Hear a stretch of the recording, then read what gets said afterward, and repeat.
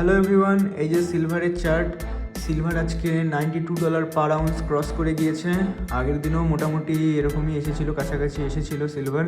সেখান থেকে আজকে একটা ডিপ পেয়েছিলাম সন্ধে নাগাদ, $88 পার আউন্স এসেছিলো। আমি সেখান থেকে একটা ট্রেড নিয়েছি, ভেবেছিলাম যে উপরে যাবে, সেই জন্য আমি ট্রেড নিয়েছি। আমি দেখাবো সেটা এখন কি প্রফিট চলছে। তো আমি একটা ডিপেরই ওয়েট করছিলাম যে কখন একটা ডিপ পাবো, কারণ 2-3 দিন ধরে ভালো মুভ দিয়েছে সিলভার। তো মোটামুটি আমার যা মনে হচ্ছে 2-3 দিনের মধ্যে $100 পার আউন্স যাবে। ইন্ডিয়ান এমসিএক্সেও প্রায় 2,90,000 ক্রস করে দিয়েছে। আজকে একটা ডিপ এসেছিল, সেখান থেকে আবার রিকভারি করে সেম জায়গায় চলে গিয়েছে। 2-3 দিনের মধ্যে মনে হচ্ছে সিলভার 3 লাখ ক্রস করে যাবে এমসিএক্সে। তো আমি দেখাচ্ছি আজকের আমার ট্রেড। এরকম জায়গায় আমি ট্রেড নিয়েছিলাম, $88 পার আউন্স আমি ট্রেড নিয়েছিলাম, 88.22। এখন চলছে $92.52 চলছে।